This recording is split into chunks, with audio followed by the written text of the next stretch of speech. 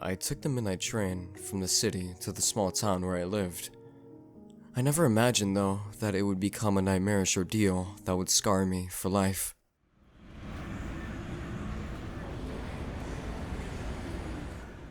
The train was nearly empty, just the way I had liked it. I boarded carriage 13, took a seat by the window, and closed my eyes, ready to get some rest. Soon after, I heard the shuffling of feet and the opening and closing of the garage door. 5 more passengers had just entered the carriage. I glanced at them, unconcerned, as they took their seats. A sudden lurch of the train jolted me from my thoughts. It seemed like we had picked up speed, and the faint light that flickered through the window gradually faded into darkness. I looked out, but all I could see was the black void surrounding the train. The darkness had triggered something. The passengers began to share their lives. I learned that Emma's eerie landscapes were inspired by the loss of her younger brother. They had drowned in the lake when she was just a child.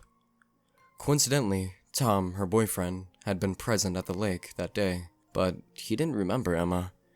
He was there with another girl, who would later become the mother of his son. That son was now a ward of the state due to Tom's struggle with alcoholism, which was fueled by his guilt over cheating on Emma with Lily.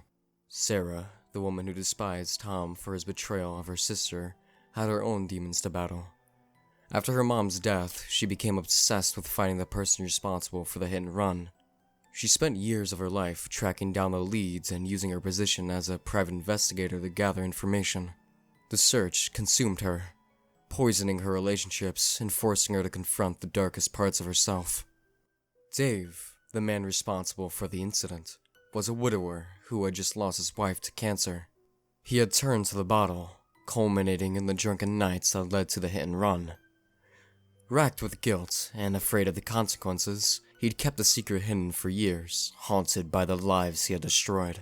Lastly, there was Jane, a nurse who had been the first responder at the scene of the incident that killed Sarah's mother.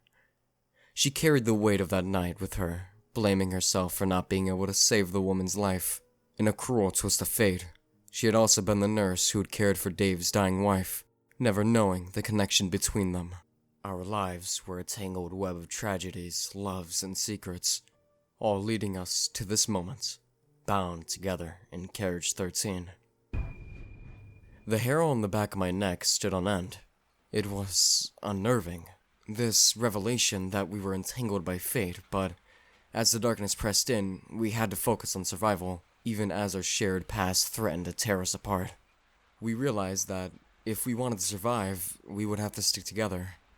But as the train thundered through the abyss, tensions grew. The darkness fed on our fears and insecurities, amplifying them. It whispered terrible truths, bringing long-buried emotions to the surface. It played on our guilt, our regrets, and our fragile threads of connections that held us together.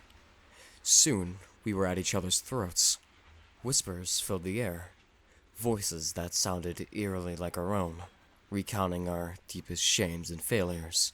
Emma could hear her brother's voice, calling to her from the depths of the lake where he had drowned. Tom was taunted with images of his son, crying for his absent father, while Sarah was tortured with the feeling of her mother's blood on her hands. Jane found herself reliving the moment she couldn't save Sarah's mother, the woman's pleading eyes etched into her memory. Dave was forced to confront the ghost of his wife, who accused him of abandoning her in her time of need, and reminded him of the blood on his hands from the hit and run. The atmosphere in the carriage grew thick with fear, and our suspicions of one another intensified. The darkness fed on our disaggregated trust, urging us to turn against each other. At first, we tried to resist its influence, huddling together in the dim light, reminding ourselves of our shared humanity.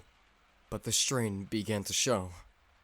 Emma lashed out on Tom, accusing him of never truly loving her.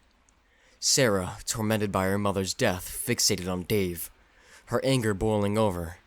Jane, overwhelmed by the guilt of the lives she couldn't save, retreated into herself, withdrawing from the others.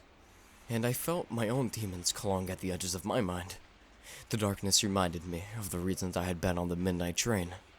A failed marriage, a lost job, and the overwhelming feeling that I was slipping into a bottomless abyss, much like the one that surrounded us now. As our unity crumbled, we began to see each other not as allies, but as enemies to be conquered. The darkness twisted our bonds, turning love into resentment and friendship into betrayal. We fought with increasing ferocity, the violent outbursts providing fuel for the abyss to further manipulate us, ensuring that our chances of survival grew ever slimmer. The breaking point came when it was revealed that Dave, a quiet and unassuming man in his 40s, was the drunk driver responsible for the accident that killed Sarah and Lily's mothers years ago. He had fled the scene, never coming forward to face the consequences. The guilt of his actions had festered within him, poisoning his very soul.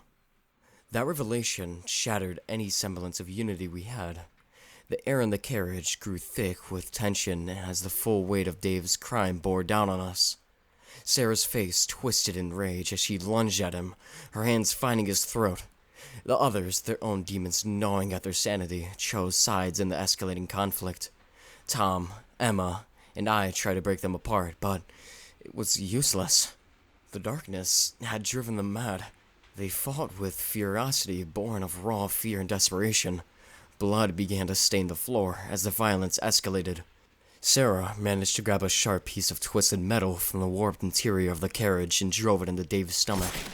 His agonized screams echoed through the carriage, barely audible over the cacophony of metal and wind rushing outside. Blood poured from his wound as he crumpled to the ground. Terrified and disgusted, I stumbled backwards, distancing myself from him and the others. I watched in horror as Tom, overwhelmed by his own guilt, turned on Emma. She sobbed as she tried to fight him off, begging him to remember their love, but his face was contorted with madness. His hands gripped her neck tightly as she struggled for breath. I knew I had to do something, so I threw myself at Tom, desperately trying to pry his fingers from Emma's throat, but my strength was no match for the darkness that fueled him. Emma's face turned to a sickening shade of blue before she went limp in Tom's grasp. He released her lifeless body, only to turn his mad gaze on me. I backed away, but the darkness had other plans. It closed in, swallowing both Tom and Emma's body whole, leaving me alone in the warped and twisted carriage. In the end, it was just me and the abyss.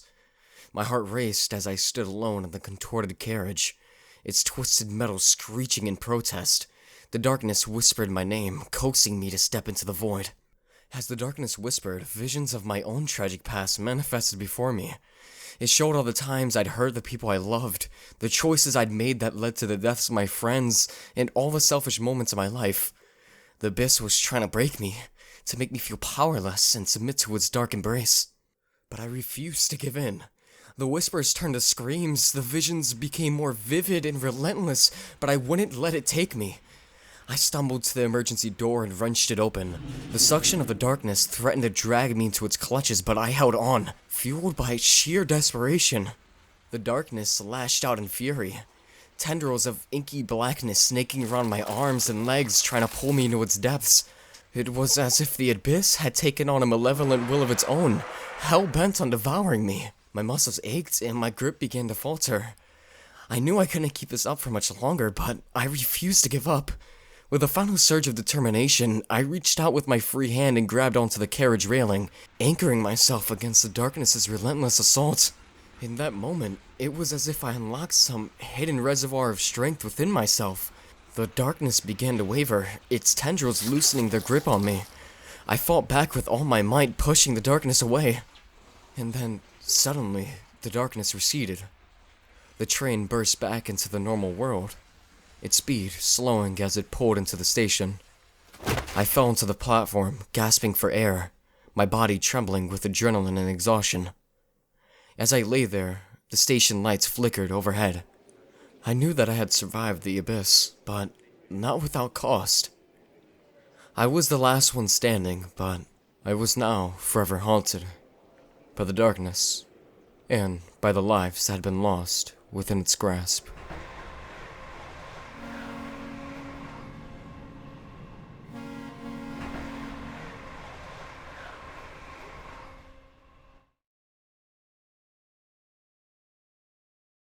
thank you guys so much for getting to the end of this narration. And if it's something that you're interested in, the Discord will be in the description below. I'm trying to be more active on there and stuff, and if you have any stories or anything you want me to read, just DM them to me. Or, yeah, my DMs are open, so. Anyways, have a great night, everyone.